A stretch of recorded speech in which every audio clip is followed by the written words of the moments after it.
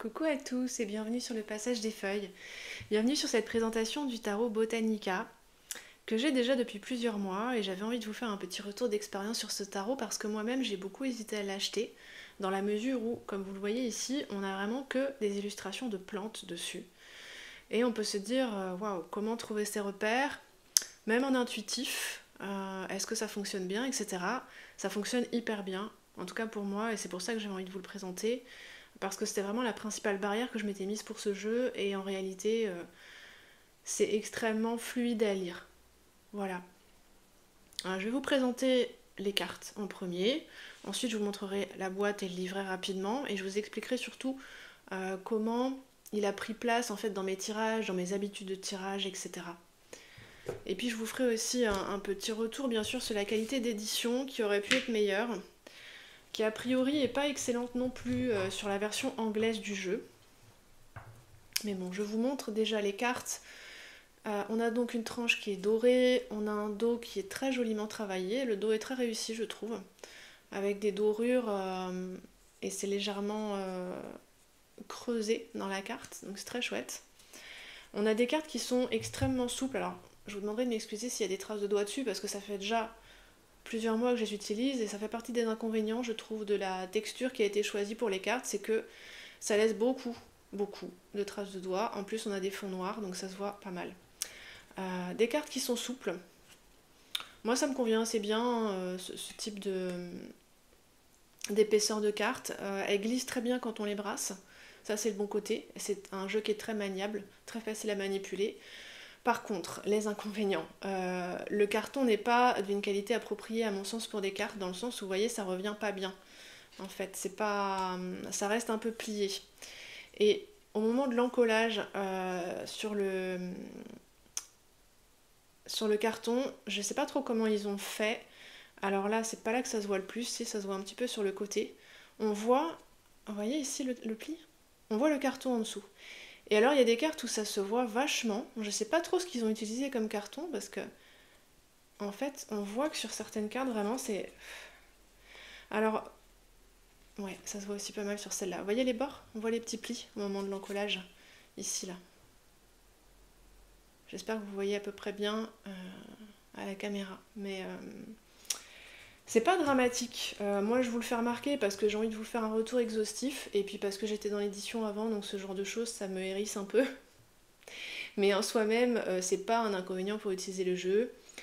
Les cartes, finalement, dans la durée, puisque ça doit faire 8 ou 9 mois que je l'ai, ne s'abîment pas.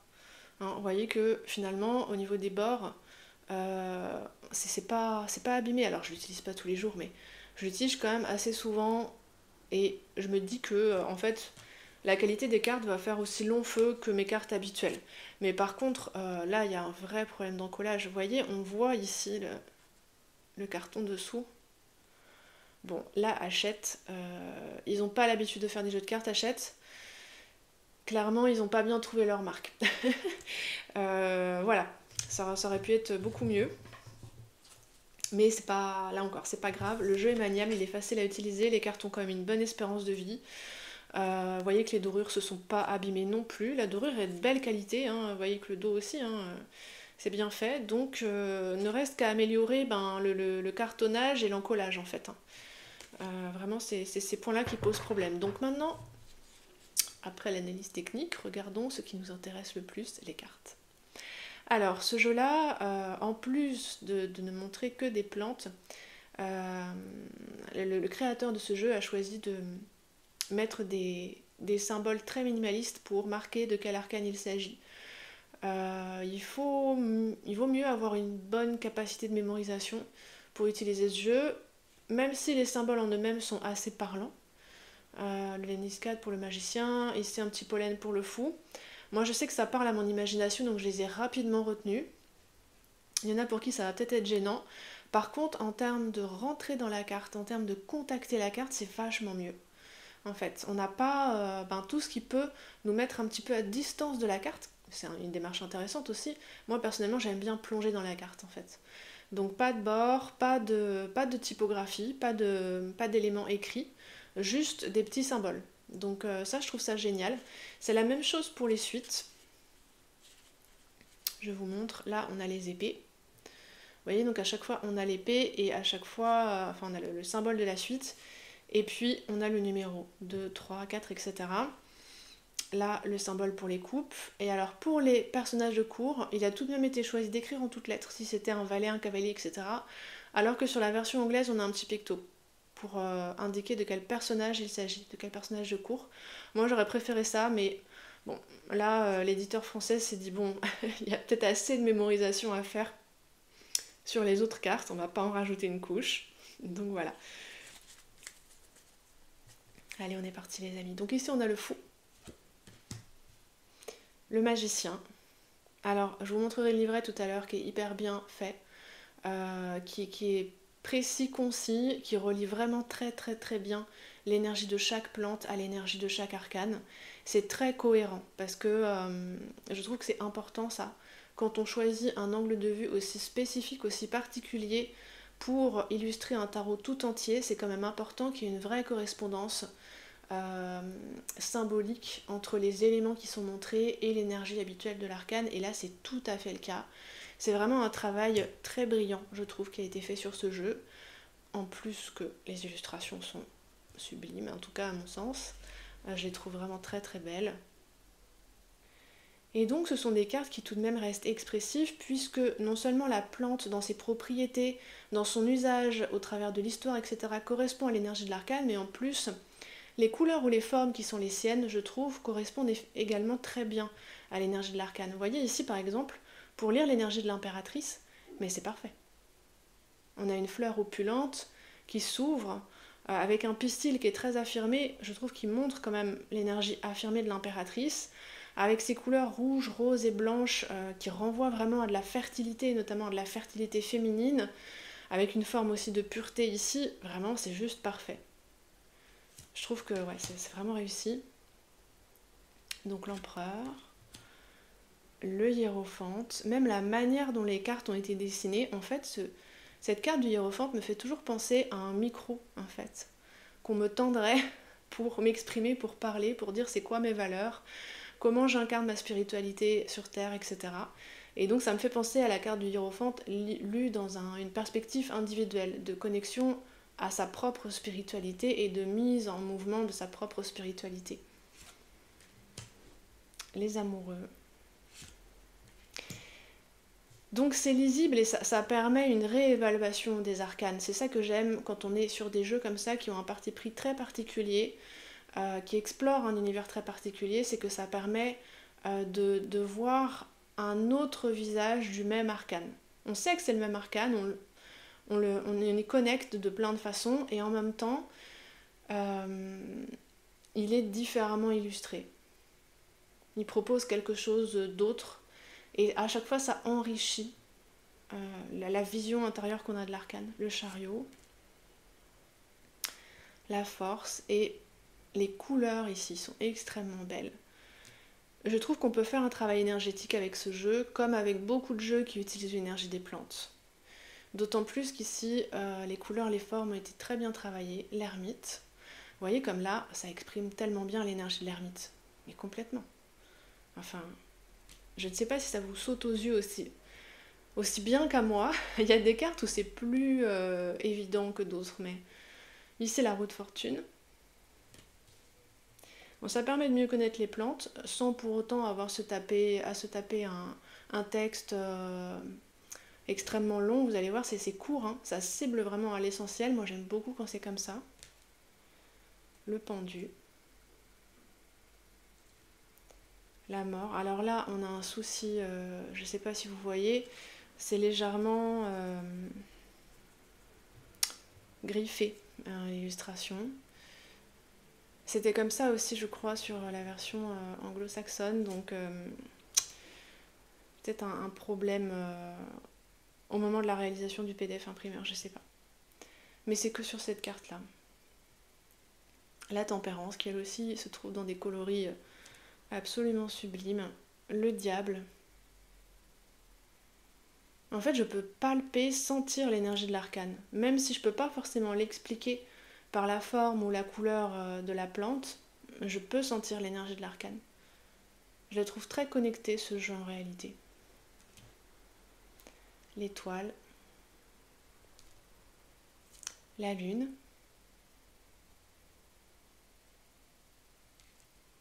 le soleil. Vous voyez, les petits pictos sont bien choisis. Alors pour le soleil, c'était facile. Mais même, vous voyez, ici le jugement, une petite trompette, on ne peut pas confondre ça avec une autre arcane majeure. Avec un autre arcane majeur, pardon. Mais peut-être effectivement que si c'est le premier jeu de tarot qu'on s'achète, on va avoir un petit peu plus de travail de mémorisation à faire. Après, moi, je suis partisane de toujours acheter le jeu qui nous attire le plus. Et les considérations techniques ou pratiques, ça passe après. Bon, après, ça dépend si vous avez la même sensibilité que moi, si vous abordez le tarot de la même façon que moi ou pas. Donc, il faut voir à quel point vous vous sentez comment dire, en lien avec l'énergie que je propose sur cette chaîne. Et ici, on a la carte du monde. Et vous voyez, ici, c'est relié aux pommes d'or. Donc là, on a un lien aussi avec la mythologie, le jardin des Hespérides, etc. La fabrication de l'hydromel, moi je trouve ça hyper intéressant, élixir d'immortalité avec le monde, c'est juste génial. Ça enrichit vraiment tous les éléments qu'on a pour mettre sur ses pattes l'énergie d'un arcane, décidément. Je sais pas pourquoi ça m'a toujours paru bizarre de dire un arcane. Qu'en pensez-vous les amis? Même si c'est ce qui a été retenu, la version officielle. Alors voici la suite des coupes. On a l'as de coupe ici, le 2 de coupe, le 3 de coupe, le 4 de coupe, 5 de coupe, 6 de coupe. Regardez comme c'est joli, on a des petites tasses à l'intérieur, des fleurs. Et alors ce fond noir, c'est assez génial parce que ça fait ressortir la manière dont les couleurs ont été si bellement travaillées. Vous voyez cette finesse dans le trait. J'ai encore jamais vraiment vu de travail artistique de ce genre. C'est pas que c'est radicalement différent, mais c'est subtilement différent de la plupart des créations artistiques que j'ai pu voir, en tout cas dans le tarot. Un 8 de coupe, 9 de coupe, un 10. Et alors peut-être vous demandez-vous les amis pour quel type de tirage est-ce que ce tarot convient? J'ai envie de vous dire tous, c'est-à-dire que quel que soit le thème là, que vous souhaitez aborder, il répondra bien sur tout. Globalement, c'est une énergie assez enveloppante, l'énergie des plantes. C'est la vie à un certain état qu'on trouve à peu près partout. Donc c'est peut-être pour cette raison-là, mais en tout cas, moi je le trouve très bien approprié pour toutes les utilisations. Tous les domaines auxquels j'ai voulu l'appliquer, ça a bien fonctionné, ça a bien marché. Donc après peut-être qu'il a une manière d'aborder les choses qui est particulière. Il va peut-être plutôt connecter à tout ce qui est sous-jacent et constamment présent dans une question. Un peu comme les plantes, ben voilà, elles ne bougent pas, elles ne sont pas actives, elles n'ont pas des grands changements d'énergie comme les humains ou les animaux. Il n'y a pas d'émotion non plus, en tout cas pas de la même façon que pour nous. Donc ça va être un tarot peut-être plus atmosphérique ou pour connecter à des lignes de fond en fait, énergétiquement parlant. Des choses qui durent et qui sont là en dessous, mais au niveau du sol, vous voyez, c'est l'énergie des plantes. Alors ensuite, on passe à la série des épées, l'as d'épée, le 2 d'épée, le 3 d'épée, le 4. Donc vous voyez, les bordures sont vraiment pas abîmées. Donc malgré mon scepticisme quand j'ai reçu le jeu, et notamment quand j'ai vu les problèmes d'encollage, on a quand même quelque chose qui tient bien la route finalement. C'est important de pouvoir utiliser son tarot sans précaution excessive, pouvoir l'utiliser régulièrement. En tout cas, moi je trouve que ce soit qu'il puisse nous accompagner au quotidien. Alors, je vous cache pas que c'est quand même mieux de se laver les mains avant de l'utiliser, parce que sinon on a des maxi traces de doigts. Moi, je le fais pas à chaque fois, mais si ce tarot vous intéresse et que vous en avez la patience, et que vous voulez vraiment le préserver, ça peut être bien. La reine d'épée, le roi d'épée.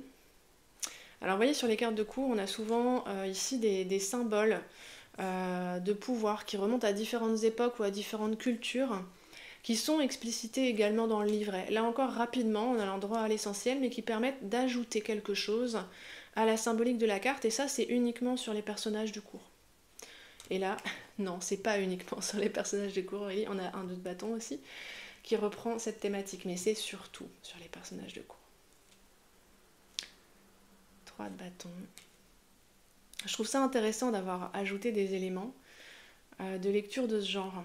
Alors vous voyez que sur les cartes, pour le coup, sur les mineurs, sur les séries de 1 à 10, on trouve plutôt des éléments de la vie quotidienne, et en revanche, sur les personnages de cours, on va retrouver des attributs de pouvoir ou des attributs guerriers, etc., qui relèvent d'une fonction ou d'un statut particulier.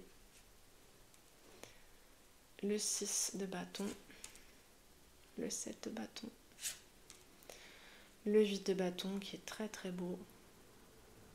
Bon, elles sont toutes belles ces cartes, il n'y en a aucune que je n'aime pas.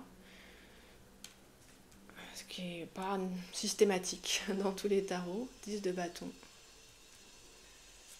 Un valet de bâton. Un cavalier. Une reine. Et un roi. Et on arrive à la série des pentacles, qui est la toute dernière. Alors, attendez. Commençons par le commencement. L'as de pentacle. Le 2 de pentacle. Donc il y a un travail non seulement botanique, très fouillé, mais un travail aussi historique, archéologique, etc. Vraiment intéressant. Donc là, en termes de contenu, c'est très riche. Vous pouvez connecter à plein de choses au travers de ce tarot.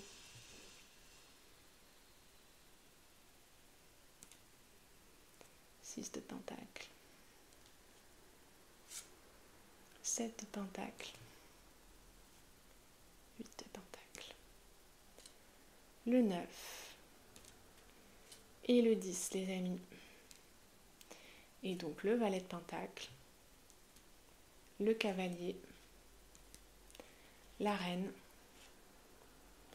Et le roi de pentacle.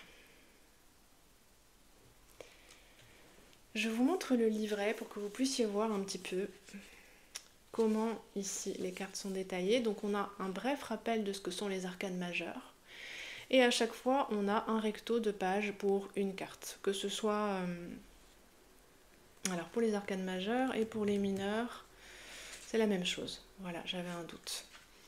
Alors, j'adore moi quand les livrets sont faits comme ça, bien structurés, avec différentes petites parties qui proposent, qui se concentrent, qui focus sur une manière de présenter la carte, et le tout étant très résumé, très direct. On n'a pas besoin de lire énormément de choses. Donc vous voyez ici la carte du fou. On a donc un rappel en couleur de la carte, le nom de la carte, le nom de la plante. Donc là c'est très complet, on a le nom vulgaire entre guillemets et puis le nom scientifique. Là ça décrit un petit peu, ça résume on va dire l'énergie de la carte. Là ça résume l'énergie de la carte si elle est à l'envers juste en dessous. Là ça nous parle de la plante en question et comment elle est reliée à l'énergie de l'arcane. Et ensuite, on termine avec des questions qui pourraient être bon de se poser quand on tire cet arcane. Donc vous voyez, c'est succinct et en même temps c'est riche. Et moi je trouve que quand on arrive à faire ça avec un tarot, c'est extrêmement intéressant. Ici, on a les arcanes mineurs qui commencent avec un rappel pour chaque suite de l'énergie de l'élément. Et puis ici, un rappel de ce qu'elles sont. Et alors j'aimerais bien vous montrer ici... Vous voyez par exemple, sur le roi de coupe, on a un descriptif de l'objet qui est relié à la plante centaurée. On a un lien à la mythologie. Vous voyez, ça nous dit que ça a été inspiré par Chiron, le centaure, etc. Je trouve vraiment intéressant. Et vous voyez, ce symbole correspond à la couronne tressée à feuilles d'or des héros de la Grèce antique. Donc, en tellement peu de mots, finalement, on a une connexion à... Comment j'ai envie de dire ça? À tout un tas de données, d'informations, à la fois botaniques et historiques, qui permettent de puiser dans notre bibliothèque intérieure, en fait. Si on connaît déjà des choses sur Chiron, si on connaît déjà des choses sur Achille, si on connaît un petit peu la Grèce, alors tout de suite, ça va nous connecter à l'énergie augmentée de la carte. Et si on ne connaît pas, on peut aller voir, tout simplement. Vous voyez, si on est vraiment inspiré. Donc je trouve ça super bien. Je trouve que c'est une vraie grande réussite, ce tarot. Ce sera mon dernier mot. Et qu'on le voit très peu. On le voit très peu sur les chaînes. Et voilà la boîte, qui, ma foi, est un joli travail. Là encore, avec des dorures. Je déplore une chose, c'est que ce n'est pas à la taille des cartes. Je ne sais pas pourquoi. On n'a pas un gros livret, donc c'était pas forcément nécessaire de prévoir une taille au-dessus pour le boîtier. Hein, vous voyez, quand on a beaucoup de contenu dans un livret, on fait quelque chose d'un peu plus grand. Mais vous voyez qu'ici, les cartes ballottent. Bon, c'est pas très grave. C'est même pas grave du tout. Mais bon, je vous montre ce qu'il en est, les amis. Et puis vous voyez, à l'intérieur, on a à nouveau de jolis motifs. J'en ai fini avec cette présentation, j'espère que ça vous a plu. N'hésitez pas à partager ce que vous avez ressenti face à ces belles cartes. Je vous dis à très bientôt pour de prochaines vidéos. Merci les amis.